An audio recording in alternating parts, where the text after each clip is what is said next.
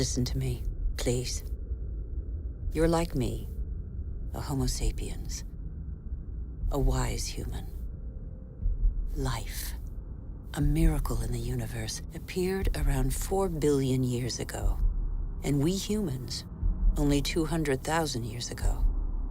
Yet we have succeeded in disrupting the balance that is so essential to life. Listen carefully to this extraordinary story, which is yours, and decide what you want to do with it.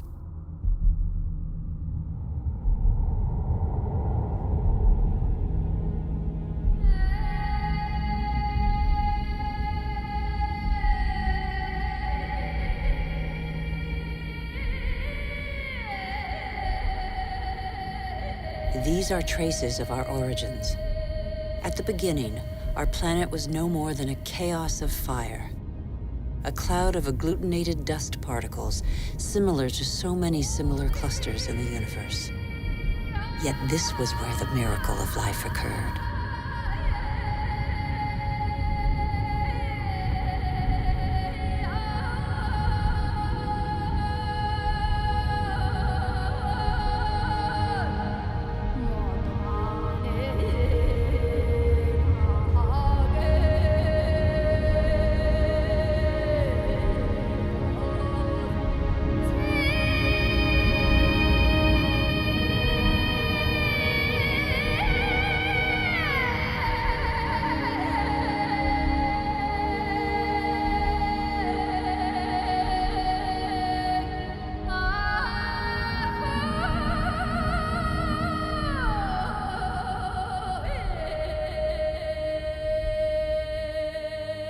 Today, life, our life, is just a link in a chain of innumerable living beings that have succeeded one another on Earth over nearly 4 billion years. And even today, new volcanoes continue to sculpt our landscapes. They offer a glimpse of what our Earth was like at its birth. Molten rock surging from the depths, solidifying, cracking, blistering or spreading in a thin crust before falling dormant for a time.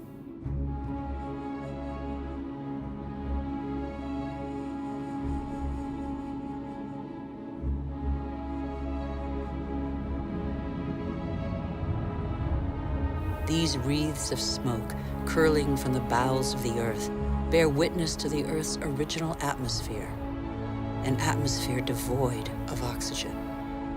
A dense atmosphere, thick with water vapor, full of carbon dioxide. A furnace.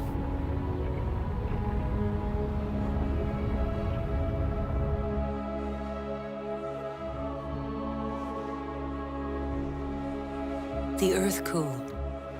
The water vapor condensed and fell in torrential downpours. At the right distance from the sun, not too far, not too near, the Earth's perfect balance enabled it to conserve water in liquid form. The water cut channels. They are like the veins of a body, the branches of a tree, the vessels of the sap that the water gave to the Earth.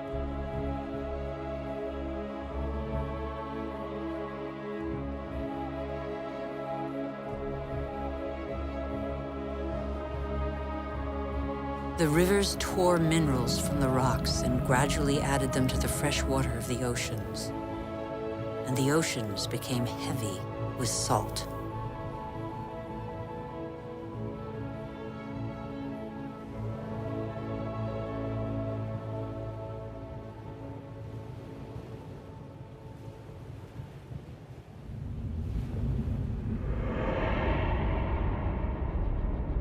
Where do we come from? Where did life first spark into being? A miracle of time, primitive life forms still exist in the globe's hot springs. They give them their colors. They're called archaeobacteria.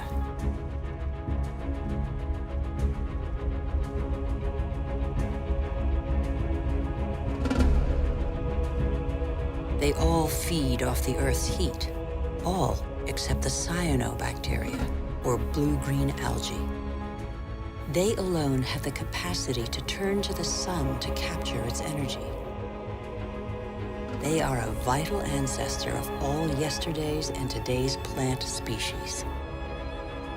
These tiny bacteria and their billions of descendants changed the destiny of our planet. They transformed its atmosphere.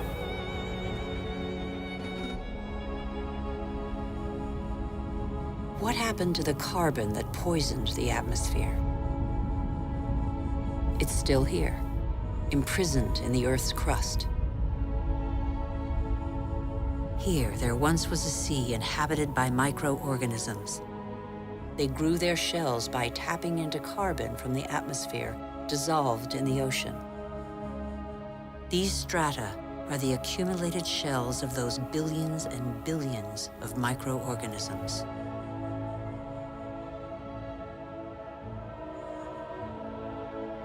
Thanks to them, the carbon drained from the atmosphere and other life forms could develop.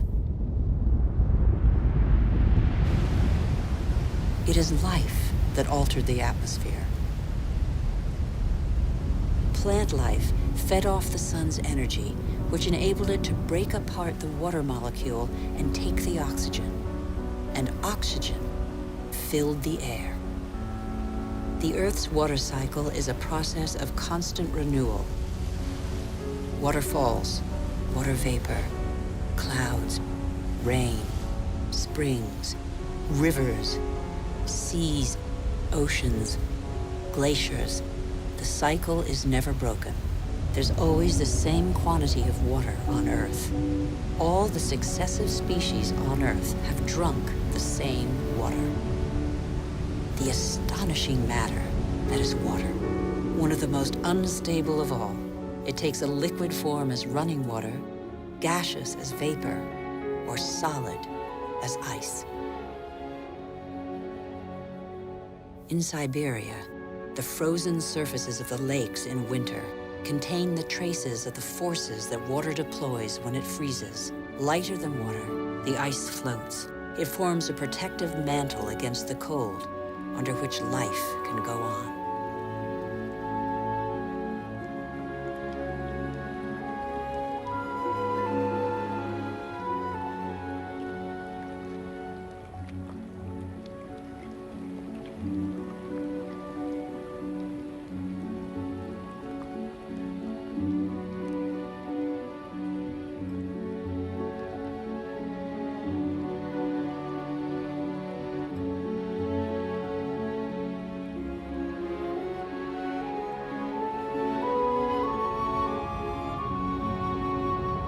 The engine of life is linkage. Everything is linked. Nothing is self-sufficient. Water and air are inseparable, united in life and for our life on Earth. Sharing is everything.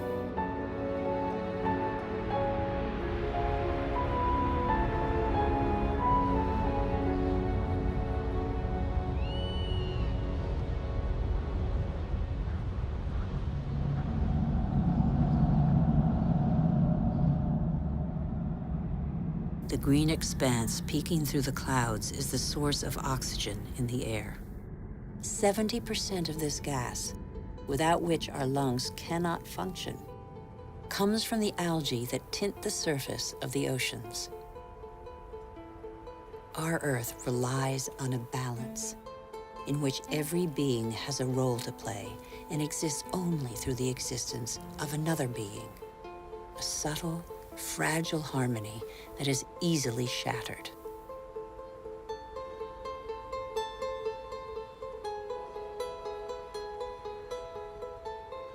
Thus, corals are born from the marriage of algae and shells.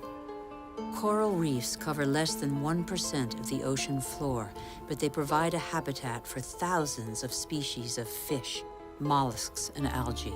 The equilibrium of every ocean depends on them.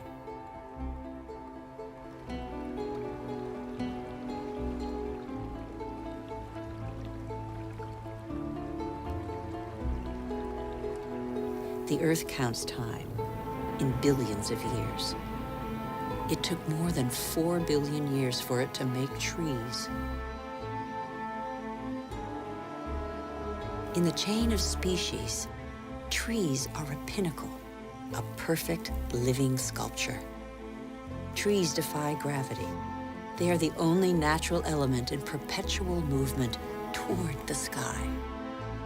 They grow unhurriedly toward the sun that nourishes their foliage.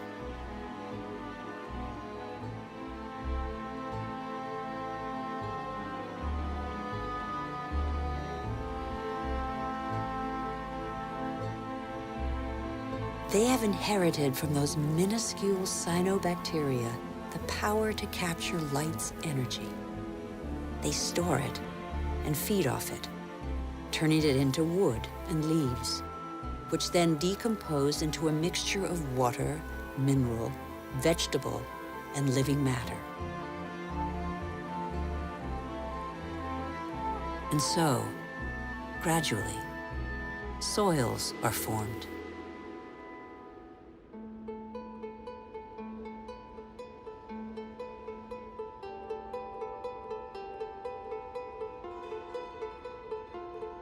Soils teem with the incessant activity of microorganisms feeding, digging, aerating, and transforming.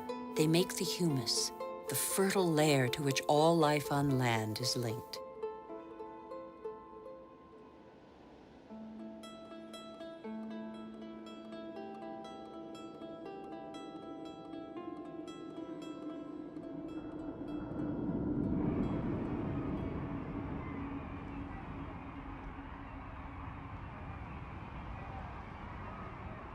What do we know about life on Earth? How many species are we aware of? 1/10 of them? 100th, perhaps? What do we know about the bonds that link them?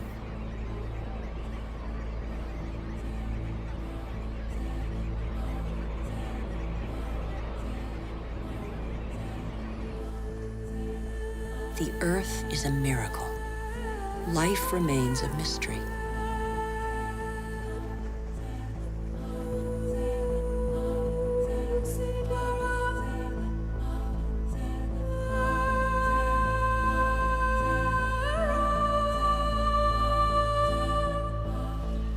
Families of animals form, united by customs and rituals that are handed down through the generations.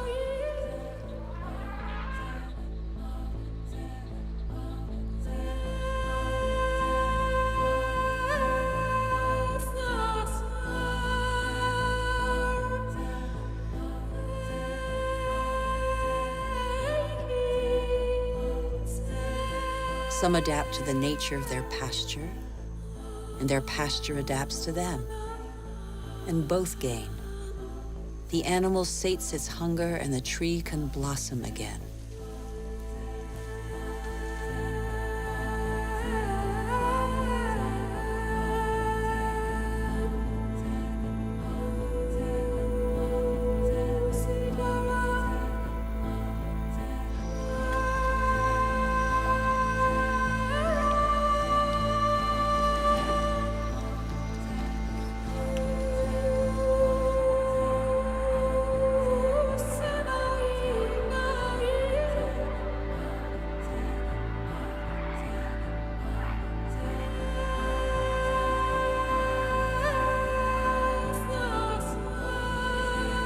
In the great adventure of life on Earth, every species has a role to play. Every species has its place. None is futile or harmful. They all balance out.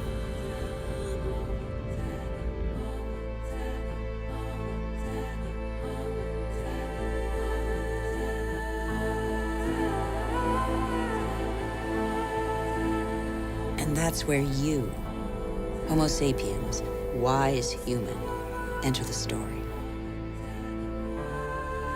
You benefit from a fabulous 4 billion-year-old legacy bequeathed by the Earth.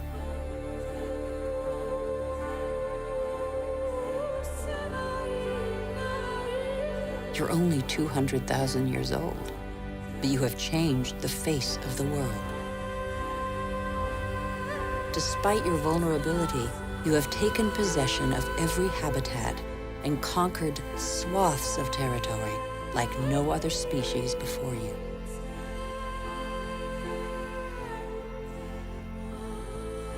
After 180,000 nomadic years, and thanks to a more clement climate, humans settled down. They no longer depended on hunting for survival. They chose to live in wet environments that abounded in fish, game, and wild plants, there where land, water, and life combine.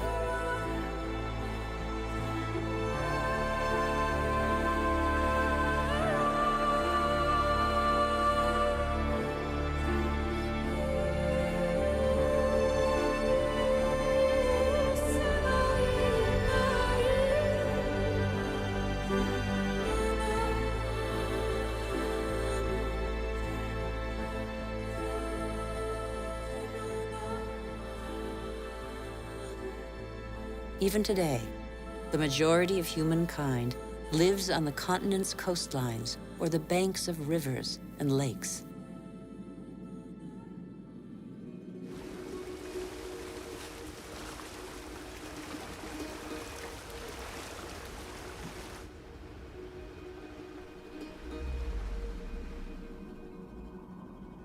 Across the planet, 1 person in 4 lives as humankind did 6,000 years ago. Their only energy, that which nature provides, season after season.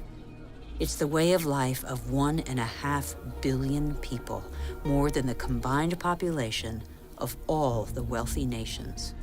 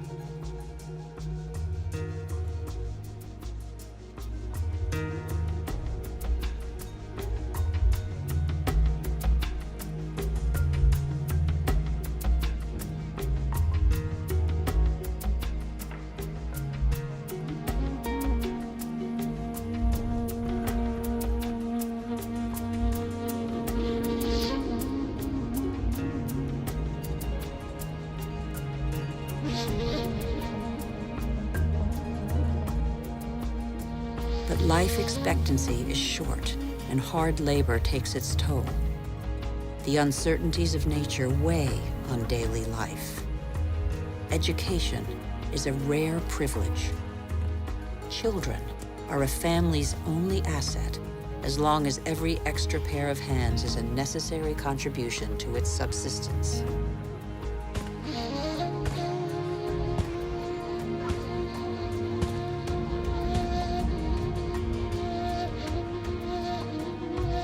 Humanity's genius is to have always had a sense of its weakness.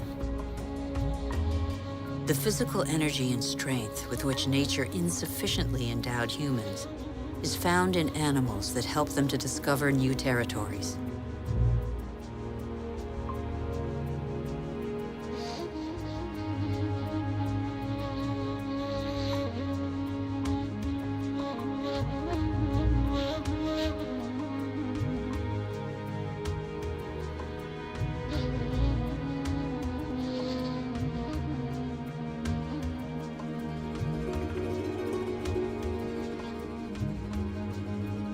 But how can you conquer the world on an empty stomach? The invention of agriculture turned our history on end. It was less than 10,000 years ago. Agriculture was our first great revolution.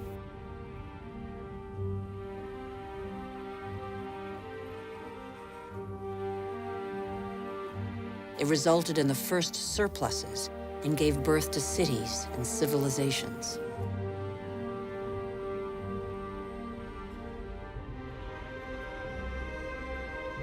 The memory of thousands of years scrabbling for food faded. Having made grain the yeast of life, We multiplied the number of varieties and learned to adapt them to our soils and climates.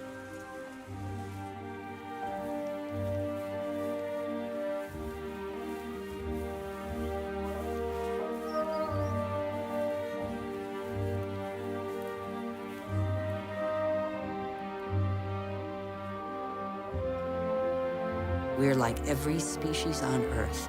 Our principal daily concern is to feed ourselves. When the soil is less than generous and the water becomes scarce, we are able to deploy prodigious efforts to extract from the land enough to live on.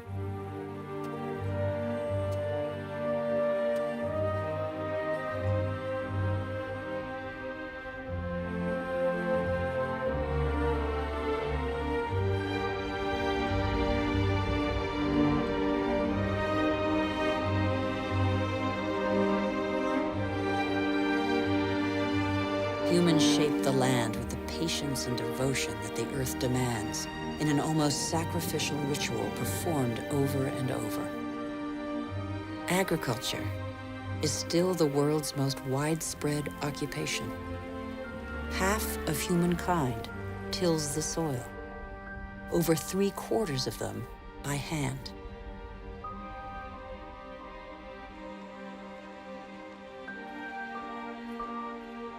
Agriculture is like a tradition handed down from generation to generation in sweat, graft, and toil, because for humanity, it is a prerequisite of survival.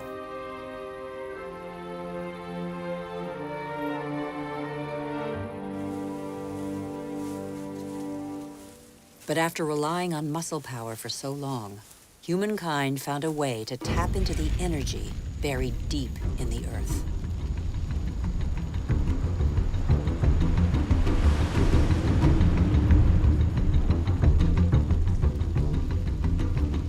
These flames are also from plants, a pocket of sunlight, pure energy, the energy of the sun, captured over millions of years by millions of plants more than 100 million years ago. It's coal, it's gas, and above all, it's oil.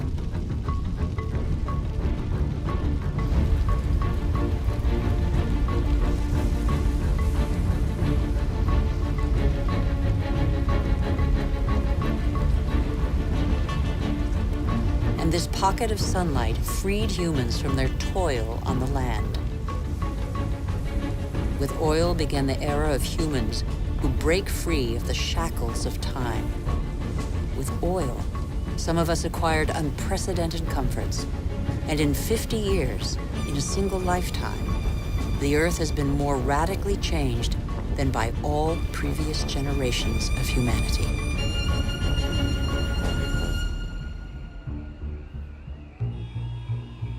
Faster and faster.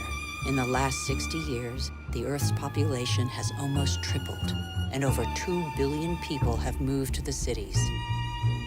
Faster and faster. Shenzhen in China, with its hundreds of skyscrapers and millions of inhabitants, was just a small fishing village barely 40 years ago. Faster and faster. In Shanghai, 3,000 towers and skyscrapers have been built in 20 years. Hundreds more are under construction. Today, over half of the world's 7 billion inhabitants live in cities.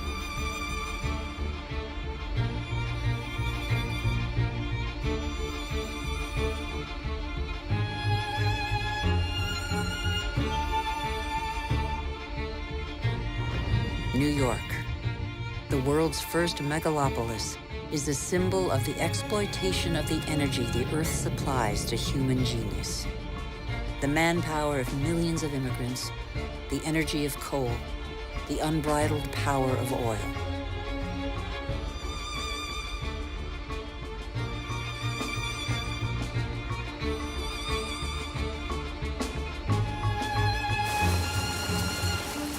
America is the first to harness the phenomenal, revolutionary power of black gold.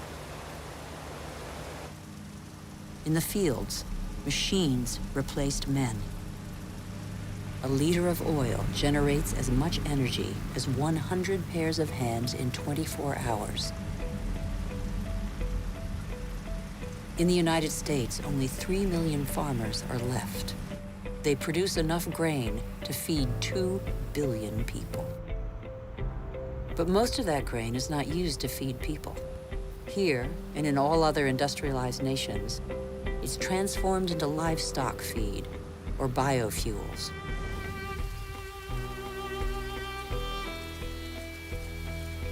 The pocket of sunshine's energy chased away the specter of drought that stalked farmland.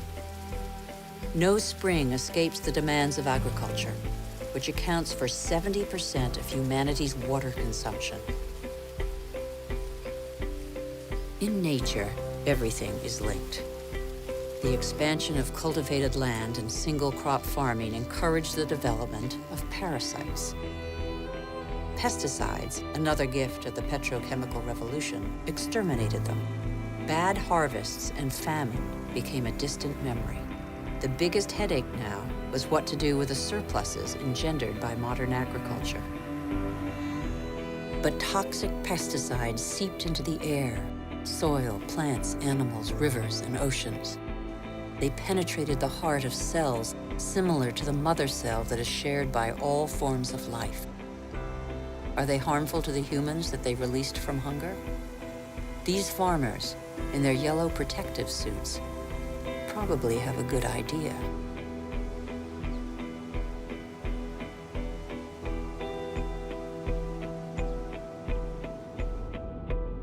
Then came fertilizers, another petrochemical discovery.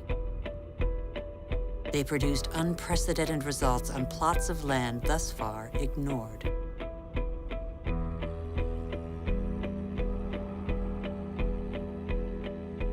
Crops adapted to soils and climates gave way to the most productive varieties and the easiest to transport. And so, in the last century, 3/4 of the varieties developed by farmers over thousands of years have been wiped out.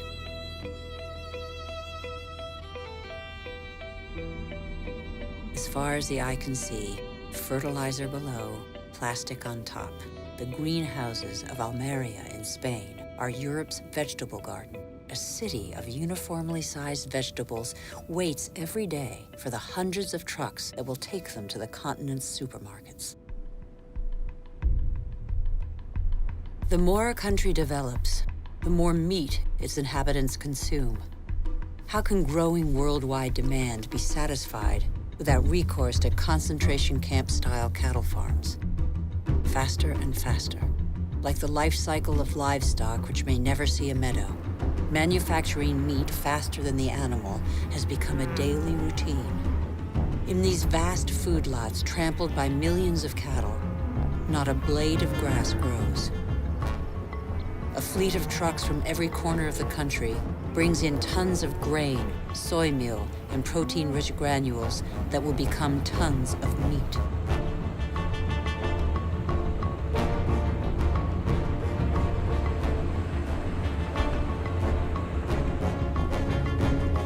The result is that it takes 100 liters of water to produce 1 kilogram of potatoes, 4,000 liters for 1 kilo of rice, and 13,000 liters for 1 kilo of beef, not to mention the oil guzzled in the production process and transport.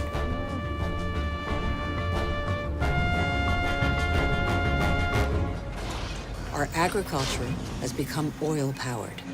It feeds twice as many humans on Earth, but has replaced diversity with standardization. It has offered many of us comforts we could only dream of, but it makes our way of life totally dependent on oil. This is the new measure of time. Our world's clock now beats to the rhythm of these indefatigable machines tapping into the pocket of sunlight. The whole planet is attentive to these metronomes of our hopes and illusions. The same hopes and illusions that proliferate along with our needs, increasingly insatiable desires and profligacy. We know that the end of cheap oil is imminent, but we refuse to believe it. For many of us, the American dream is embodied by a legendary name, Los Angeles. In this city that stretches over 100 kilometers, the number of cars is almost equal to the number of inhabitants. Here, energy puts on a fantastic show every night.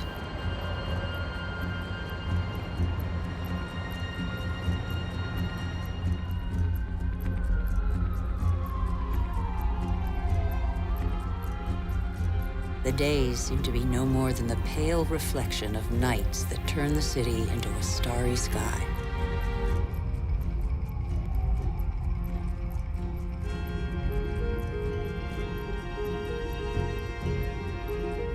Faster and faster. Distances are no longer counted in miles, but in minutes. The automobile shapes new suburbs where every home is a castle, a safe distance from the asphyxiated city centers, and where neat rows of houses huddle around dead-end streets. The model of a lucky few countries has become a universal dream preached by televisions all over the world. Even here in Beijing, it is cloned, copied, and reproduced in these formatted houses that have wiped pagodas off the map.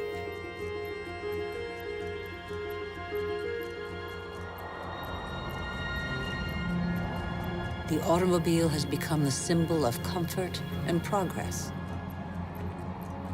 If this model were followed by every society, the planet wouldn't have 900 million vehicles as it does today, but 5 billion. Faster and faster. The more the world develops, the greater its thirst for energy.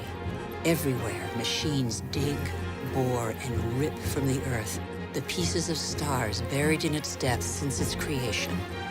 Minerals.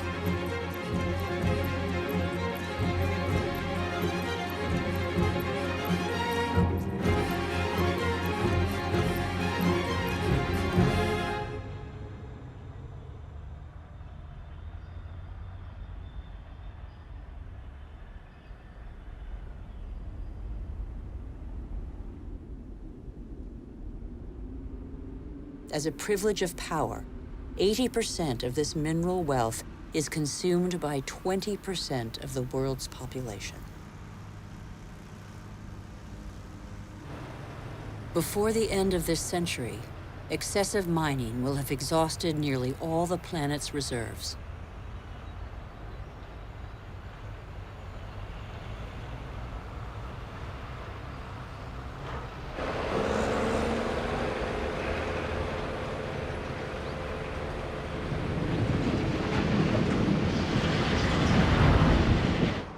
Faster and faster. Shipyards churn out oil tankers, container ships, and gas tankers to cater for the demands of globalized industrial production. Most consumer goods travel thousands of kilometers from the country of production to the country of consumption. Since 1950, the volume of international trade has increased 20 times over.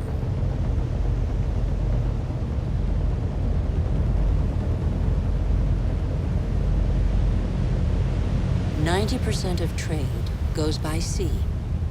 500 million containers are transported every year, headed for the world's major hubs of consumption, such as Dubai.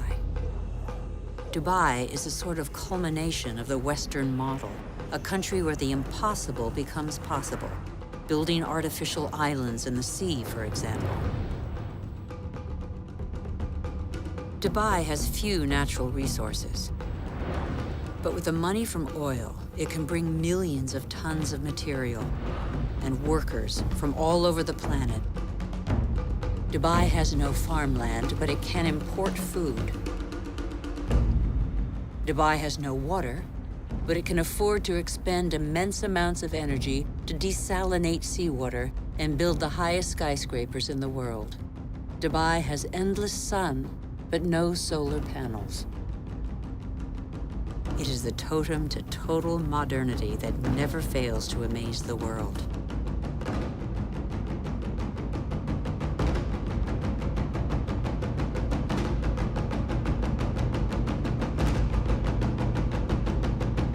Dubai is like the new beacon for all the world's money.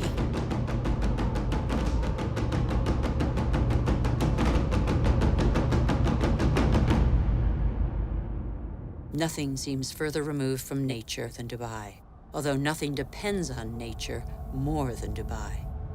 Dubai is a sort of culmination of the Western model. We haven't understood that we're depleting what nature provides.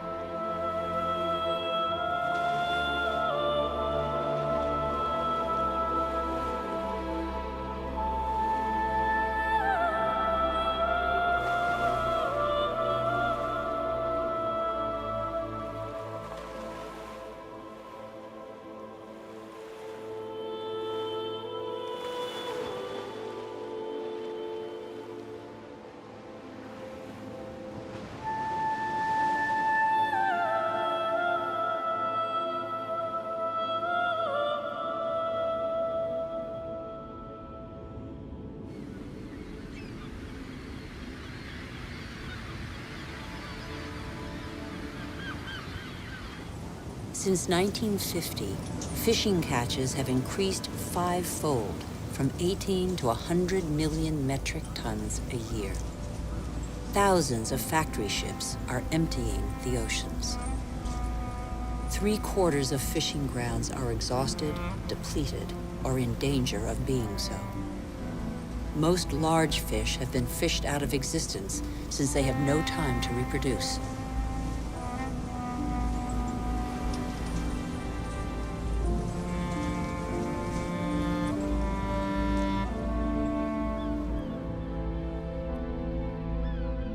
We are destroying the cycle of a life that was given to us.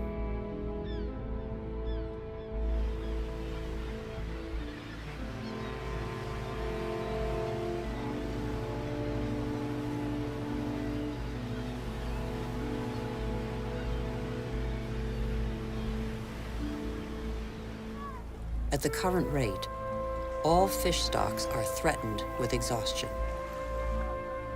Fish is the staple diet of 1 in 5 humans.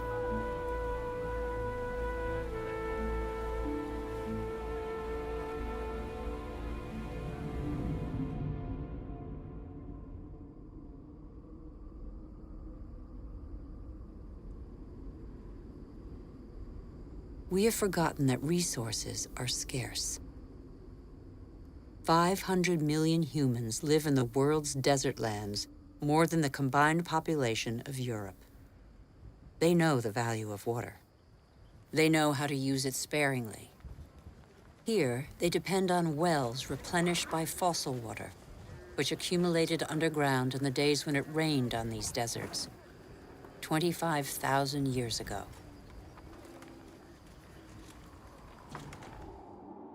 Fossil water also enables crops to be grown in the desert to provide food for local populations.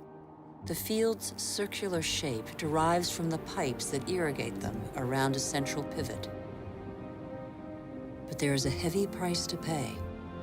Fossil water is a non-renewable resource.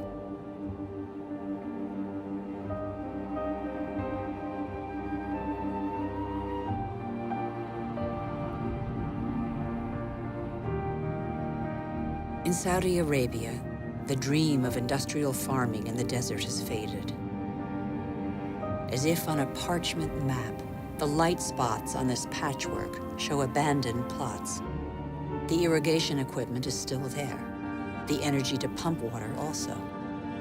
But the fossil water reserves are severely depleted.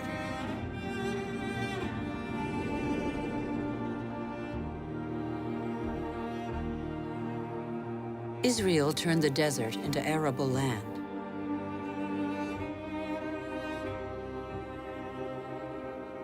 Even though these hothouses are now irrigated drop by drop, water consumption continues to increase along with exports.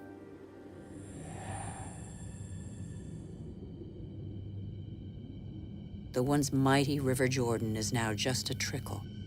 Its water has flown to supermarkets all over the world in crates of fruit and vegetables.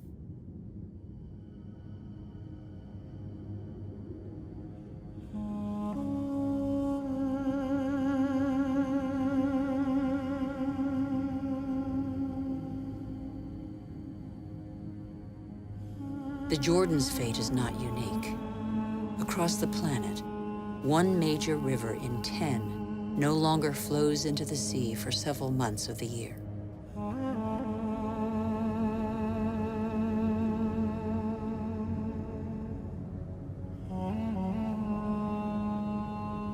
Deprived of the Jordan's water, the level of the Dead Sea goes down by over 1 meter per year.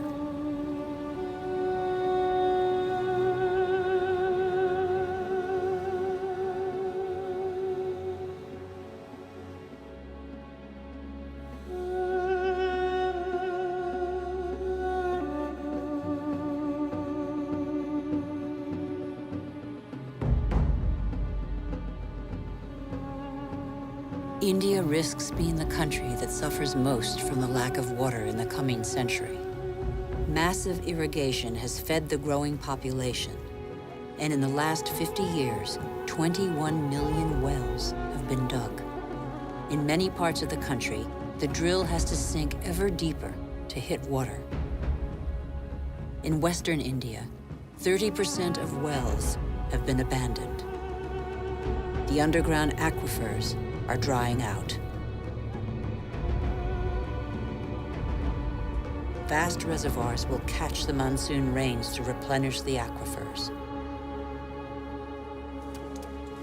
In dry season, women from local villages dig them with their bare hands.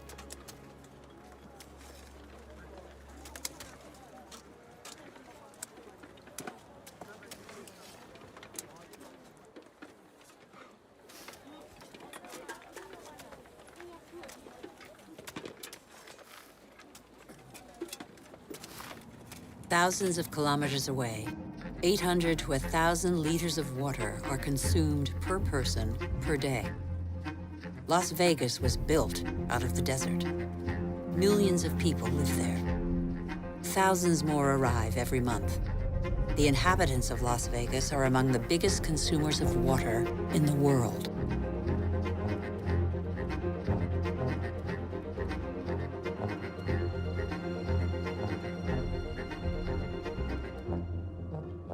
Palm Springs is another desert city with tropical vegetation and lush golf courses. How long can this mirage continue to prosper?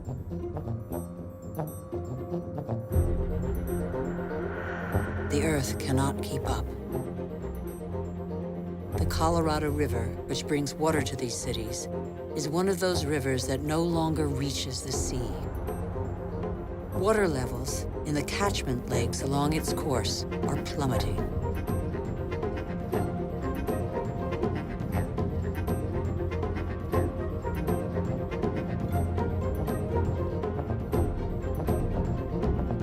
Water shortages could affect nearly 2 billion people before 2025.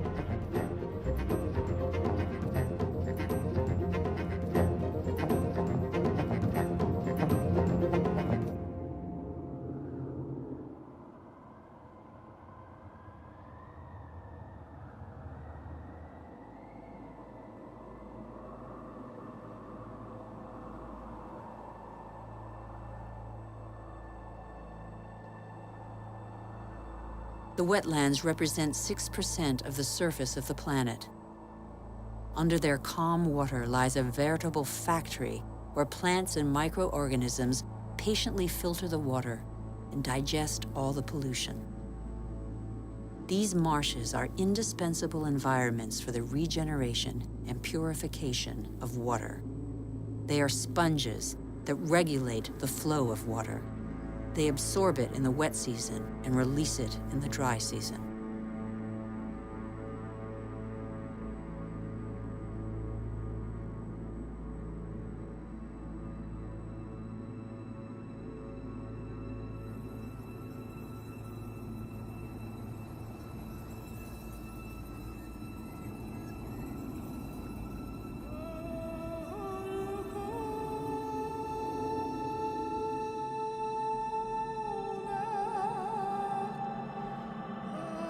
In our race to conquer more land, we have reclaimed them as pasture for our livestock, or as land for agriculture or building. In the last century, half of the world's marshes were drained. We know neither their richness nor their role.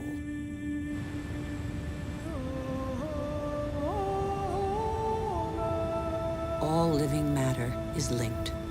Water, air, soil, trees.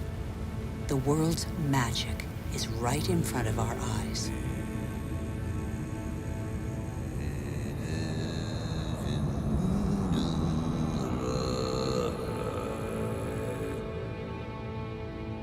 Trees breathe groundwater into the atmosphere as light mist. They form a canopy that alleviates the impact of heavy rains. The forests provide the humidity that is necessary for life. They store carbon, containing more than all the Earth's atmosphere. They are the cornerstone of the climactic balance on which we all depend.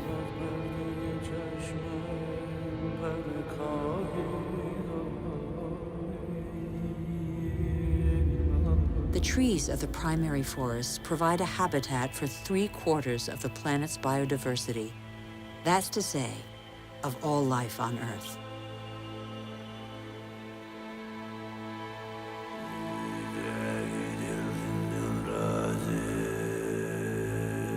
These forests provide the remedies that cure us. The substances secreted by these plants can be recognized by our bodies. Our cells talk the same language. We are of the same family.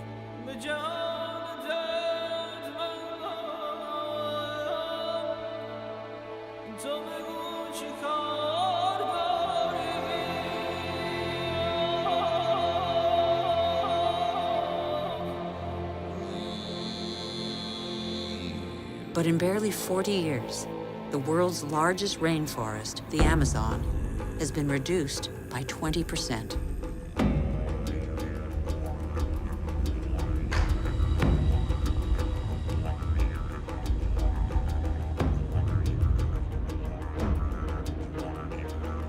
The forest gives way to cattle ranches or soybean farms. 95% of these soybeans are used to feed livestock and poultry in Europe and Asia. And so, a forest is turned into meat.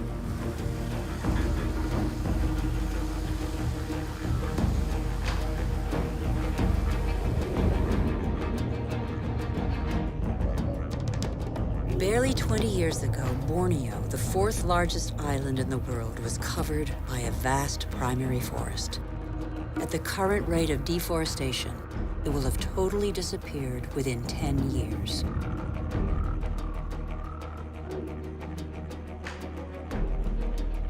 Living matter bonds water, air, earth, and the sun.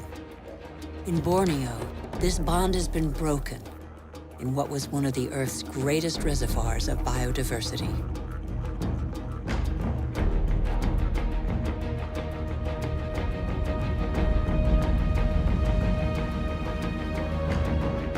This catastrophe was provoked by the decision to produce palm oil, one of the most productive and consumed oils in the world, on Borneo. Palm oil not only caters to our growing demand for food, but also cosmetics, detergents, and increasingly, alternative fuels. The forest diversity was replaced by a single species, the oil palm. For local people, it provides employment. It is an agricultural industry.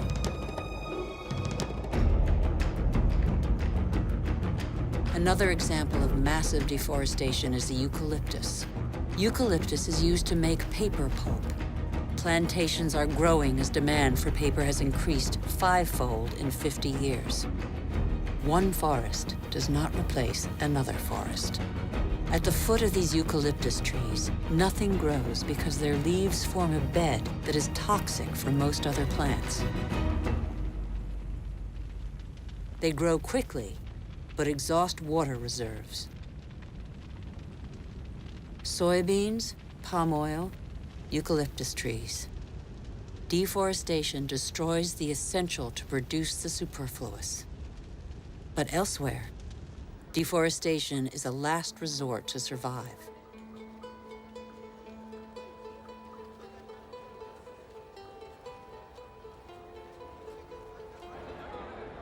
Over 2 billion people, almost a third of the world's population, still depend on charcoal.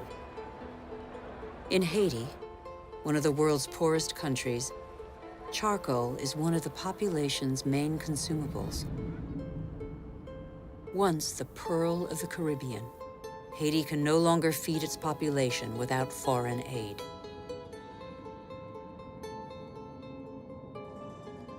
On the hills of Haiti, only 2% of the forests are left.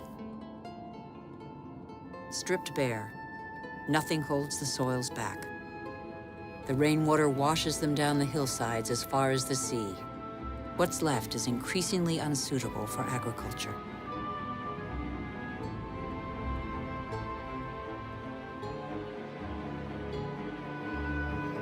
In some parts of Madagascar, the erosion is spectacular. Whole hillsides bear deep gashes hundreds of meters wide. Thin and fragile, soil is made by living matter. With erosion, the fine layer of humus, which took thousands of years to form, disappears.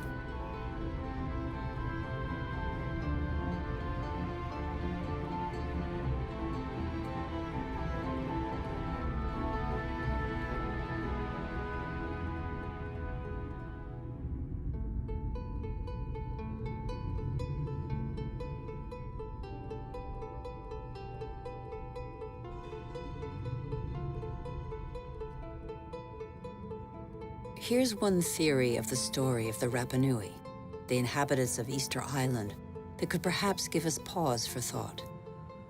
Living on the most isolated island in the world, the Rapa Nui exploited their resources until there was nothing left. Their civilization did not survive.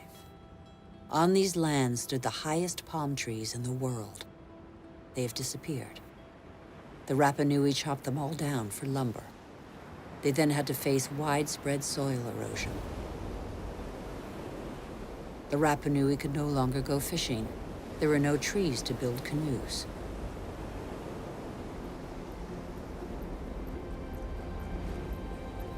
And yet the Rapa Nui formed one of the most brilliant civilizations in the Pacific. Innovative farmers, sculptors, exceptional navigators. They were caught in the vice of overpopulation and dwindling resources.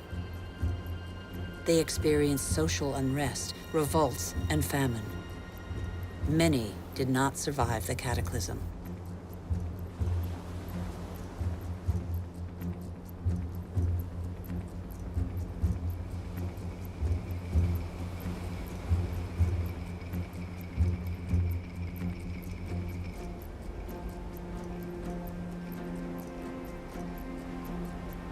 The real mystery of Easter Island is not how its strange statues got there. We know now. It's why the Rapa Nui didn't react in time.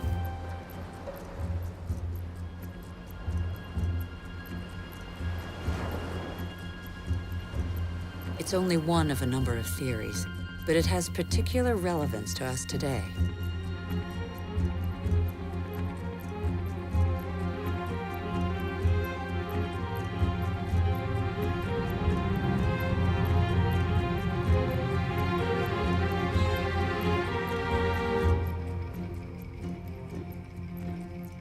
Since 1950, the world's population has almost tripled.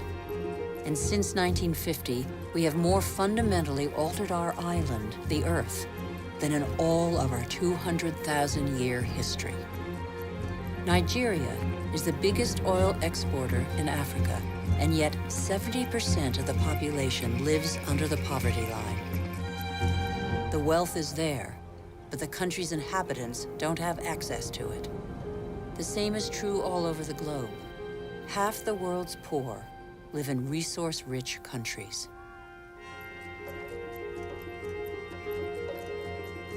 Our mode of development has not fulfilled its promises.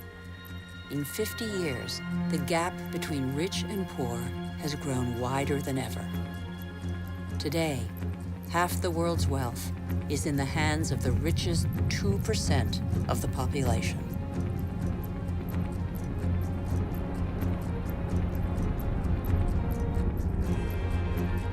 Can such disparities be maintained? They're the cause of population movements whose scale we have yet to fully realize. The city of Lagos had a population of 700,000 in 1960. That will rise to 16 million by 2025. Lagos is one of the fastest growing megalopolises in the world. The new arrivals are mostly farmers forced off the land for economic or demographic reasons, or because of diminishing resources. This is a radically new type of urban growth driven by the urge to survive rather than to prosper.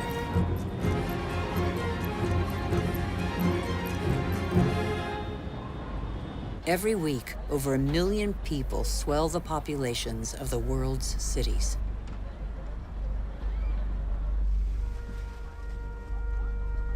One human being in 6 now lives in a precarious, unhealthy, overpopulated environment without access to daily necessities such as water, sanitation, or electricity.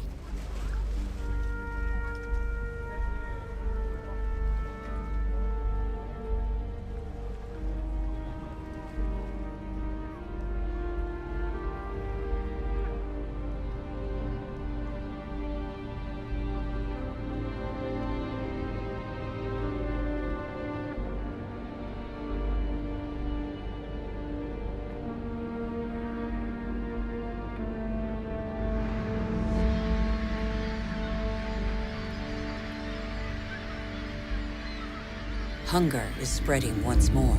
It affects nearly 1 billion people.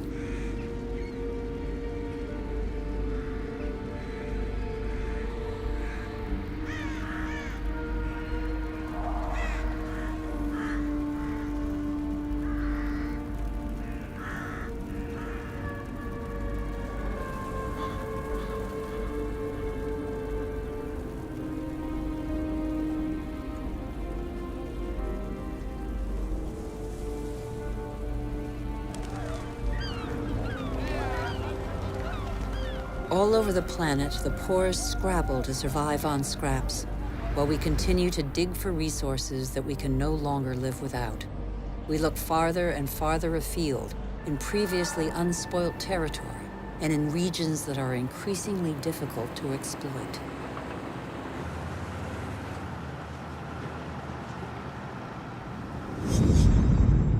We're not changing our model.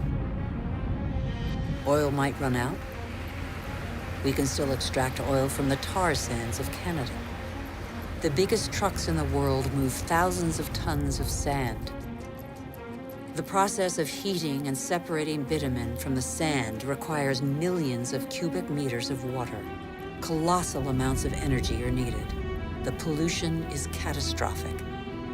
The most urgent priority, apparently, is to pick every pocket of sunlight.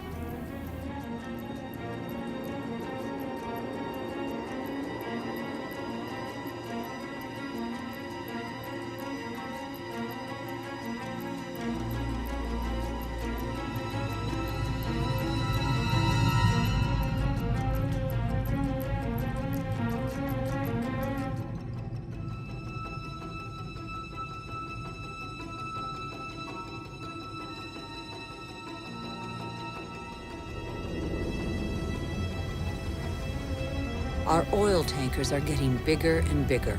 Our energy requirements are constantly increasing. We try to power growth like a bottomless oven that demands more and more fuel.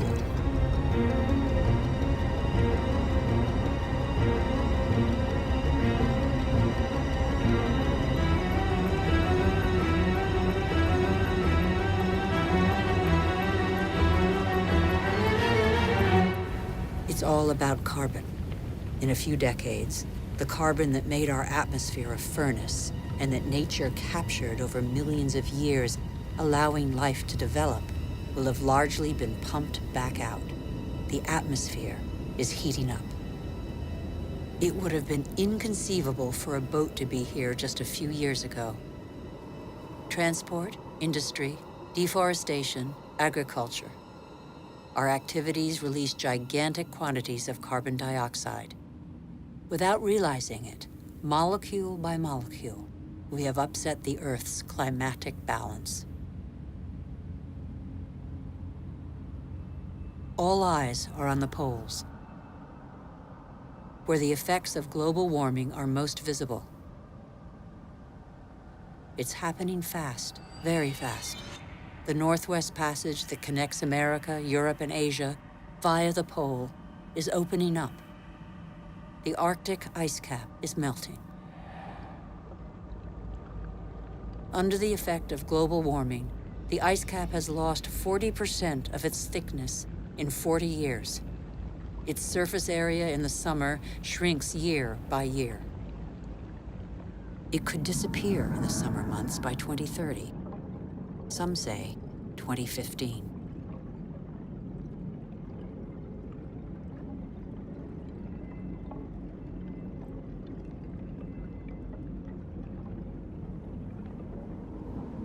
The sunbeams that the ice sheet previously reflected back now penetrate the dark water, heating it up.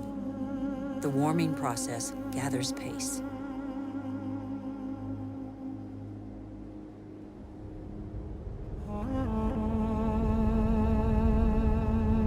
This ice contains the records of our planet. The concentration of carbon dioxide hasn't been so high for several 100,000 years. Humanity has never lived in an atmosphere like this.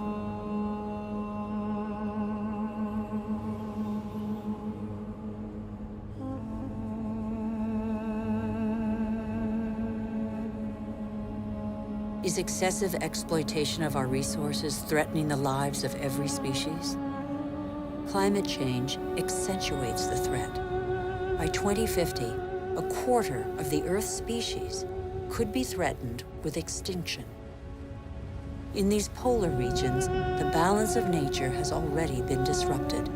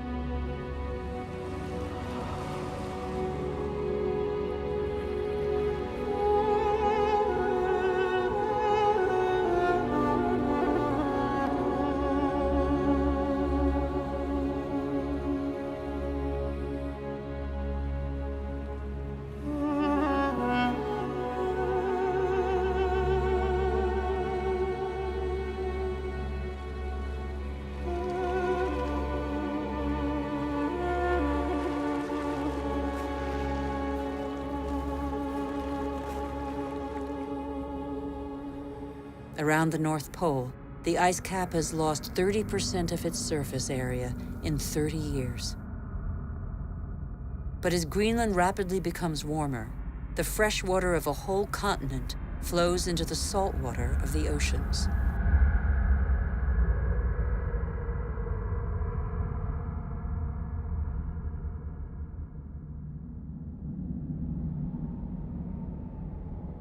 Greenland's ice contains 20% of the fresh water of the whole planet.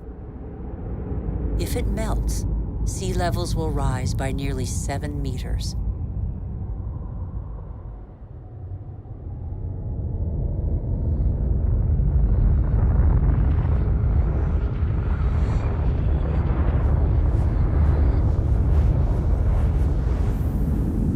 But there is no industry here.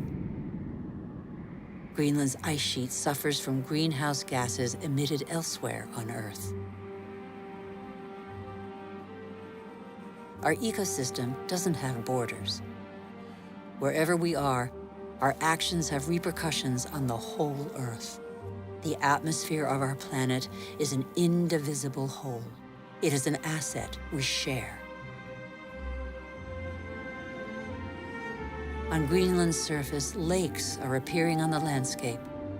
The ice cap has begun to melt at a speed that even the most pessimistic scientists did not envision 10 years ago.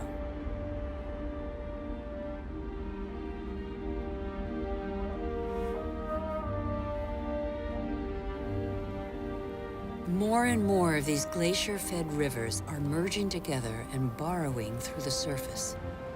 It was thought the water would freeze in the depths of the ice. On the contrary, it flows under the ice, carrying the ice sheet into the sea, where it breaks into icebergs.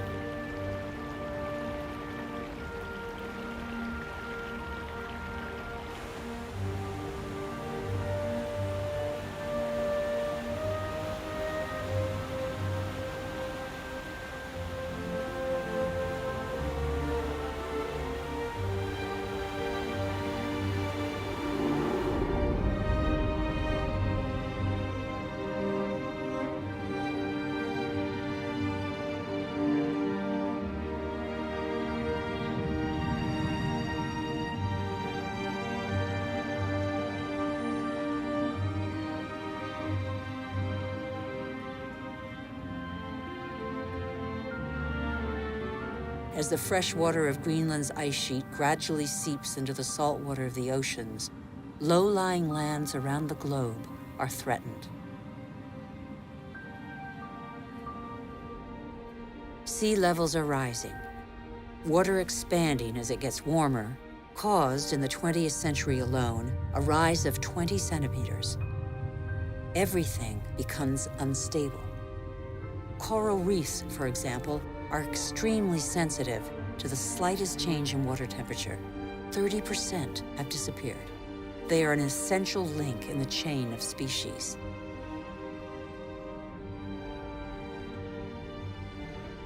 In the atmosphere, the major wind streams are changing direction. Rain cycles are altered. The geography of climates is modified. The inhabitants of low-lying islands here in the Maldives, for example, are on the front line. They are increasingly concerned. Some are already looking for new, more hospitable lands.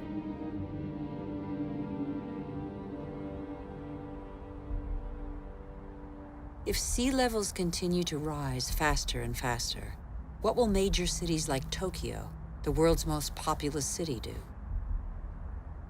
Every year, scientists' predictions become more and more alarming. 70% of the world's population lives on coastal plains. 11 of the 15 biggest cities stand on a coastline or river estuary. As the seas rise, salt will invade the water table, depriving inhabitants of drinking water. Migratory phenomena are inevitable. The only uncertainty concerns their scale.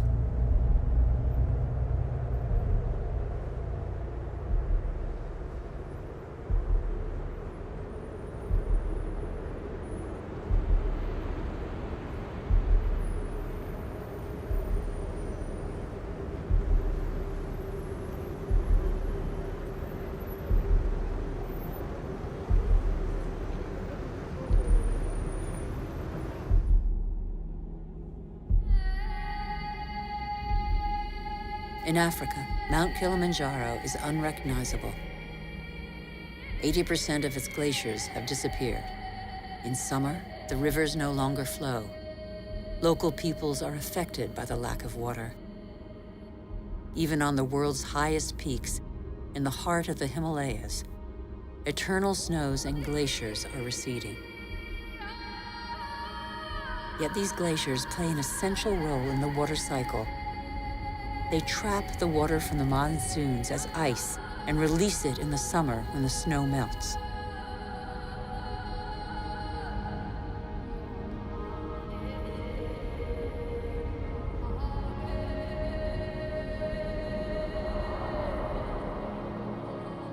The glaciers of the Himalayas are the source of all the great Asian rivers, the Indus, Ganges, Mekong, Yangtze. 2 billion people depend on them for drinking water and to irrigate their crops, as in Bangladesh. On the delta of the Ganges and Brahmaputra, Bangladesh is directly affected by the phenomena occurring in the Himalayas and at sea level. This is one of the most populous and poorest countries in the world. It is already hit by global warming. The combined impact of increasingly dramatic floods and hurricanes could make a third of its landmass disappear. When populations are subjected to these devastating phenomena, they eventually move away.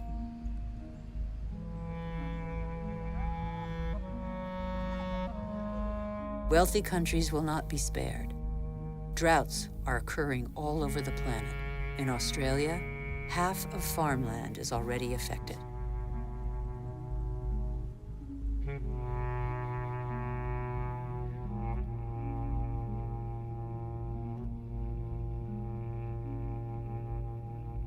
We are in the process of compromising the climactic balance that has allowed us to develop over 12,000 years.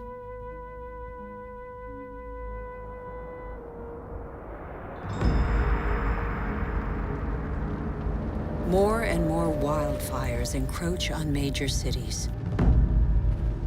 In turn, they exacerbate global warming. As the trees burn, they release carbon dioxide. The system that controls our climate has been severely disrupted. The elements on which it relies have been disrupted.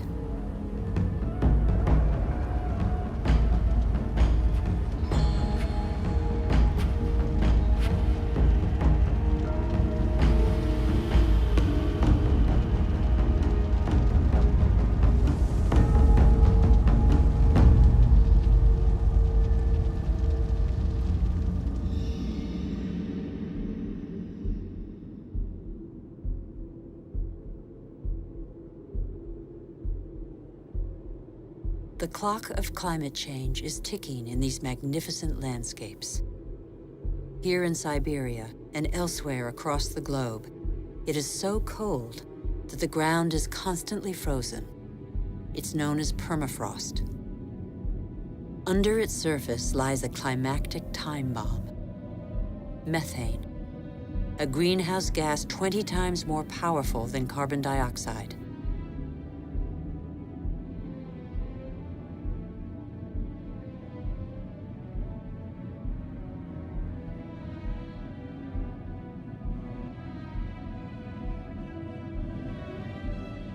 If the permafrost melts, the methane released would cause the greenhouse effect to race out of control with consequences no one can predict.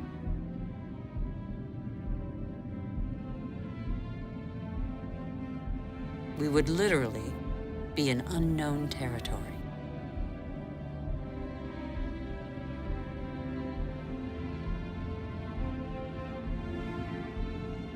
Humanity has no more than 10 years to reverse the trend and avoid crossing into this territory. Life on Earth as we have never known it.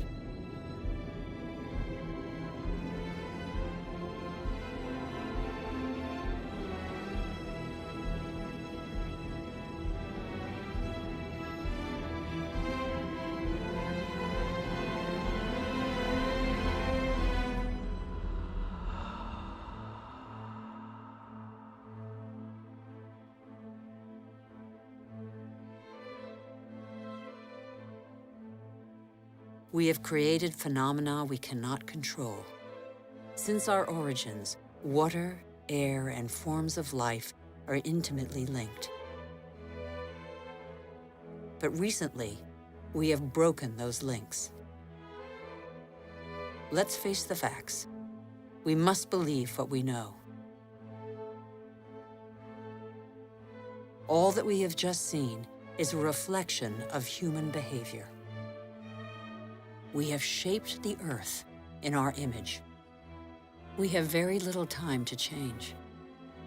How can this century carry the burden of 9 billion human beings if we refuse to be called to account for everything we alone have done.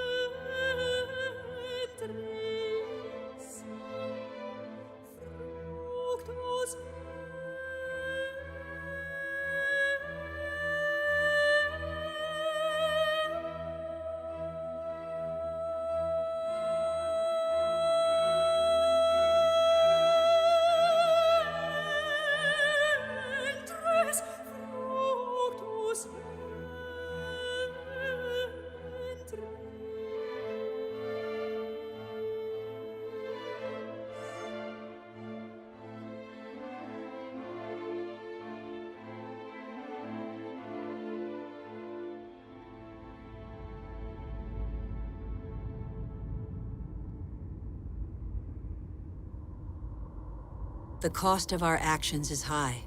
Others pay the price without having been actively involved. I have seen refugee camps as big as cities, sprawling in the desert.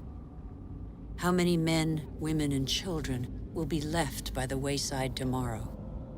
Must we always build walls to break the chain of human solidarity, separate peoples, and protect the happiness of some from the misery of others? It's too late to be a pessimist. I know that a single human can knock down every wall. It's too late to be a pessimist. Worldwide, 4 children out of 5 attend school. Never has learning been given to so many human beings. Everyone, from richest to poorest, can make a contribution. Lesotho, one of the world's poorest countries, is proportionally the one that invests most in its people's education. Qatar, one of the world's richest states, has opened its doors to the best universities. Culture, education, research, and innovation are inexhaustible resources. In the face of misery and suffering, millions of NGOs prove that solidarity between peoples is stronger than the selfishness of nations. In Bangladesh, a man thought the unthinkable and founded a bank that lends only to the poor. In 30 years, it has changed the lives of 150 million people. Antarctica is a continent with immense natural resources that no country can claim for itself, a natural reserve devoted to peace and science. A treaty signed by 49 states has made it a treasure shared by all humanity. It's too late to be a pessimist.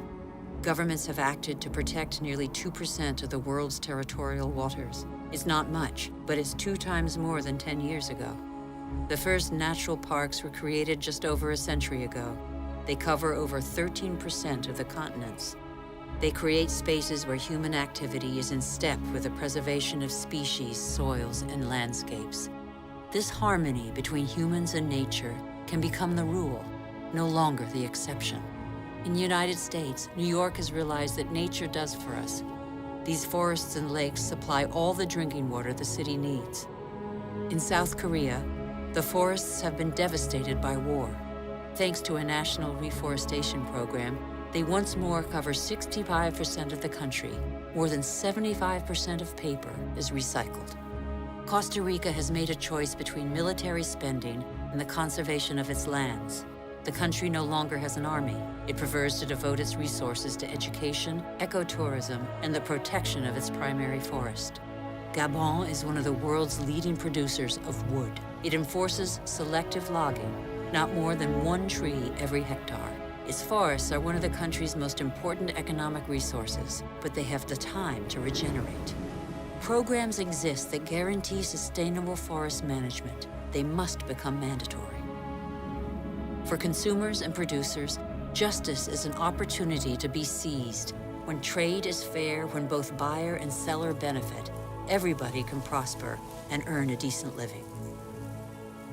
How can there be justice and equity between people whose only tools are their hands and those who harvest their crops with a machine and state subsidies? Let's be responsible consumers. Think about what we buy. It's too late to be a pessimist. I've seen agriculture on a human scale. It can feed the whole planet if meat production doesn't take the food out of people's mouths. I have seen fishermen who take care of what they catch and care for the riches of the ocean. I have seen houses producing their own energy. 5,000 people live in the world's first ever eco-friendly district in Freiburg, Germany. Other cities partner the project. Mumbai is the 1,000th to join them. The governments of New Zealand, Iceland, Austria, Sweden, and other nations have made the development of renewable energy sources a top priority. I know that 80% of the energy we consume comes from fossil energy sources. Every week, 2 new coal-fired generating plants are built in China alone. But I have also seen, in Denmark, a prototype of a coal-fired plant that releases its carbon into the soil rather than the air. A solution for the future? Nobody knows yet. I have seen in Iceland an electricity plant powered by the Earth's heat, geothermal power. I have seen a sea snake lying on the swell to absorb the energy of the waves and produce electricity. I have seen wind farms off the coast of Denmark that produce 20% of the country's electricity. The USA, China, India, Germany, and Spain are the biggest investors in renewable energy. They have already created over 2.5 million jobs. Where on earth doesn't the wind blow? I have seen desert expanses baking in the sun. Everything on Earth is linked, and the Earth is linked to the sun, its original energy source. Can humans not imitate plants and capture its energy? In 1 hour, the sun gives the Earth the same amount of energy as that consumed by all humanity in 1 year. As long as the Earth exists, the sun's energy will be inexhaustible. All we have to do is stop drilling the Earth and start looking to the sky. All we have to do is learn to cultivate the sun. All these experiments are only examples, but they testify to a new awareness. They lay down markers for a new human adventure based on moderation, intelligence, and sharing.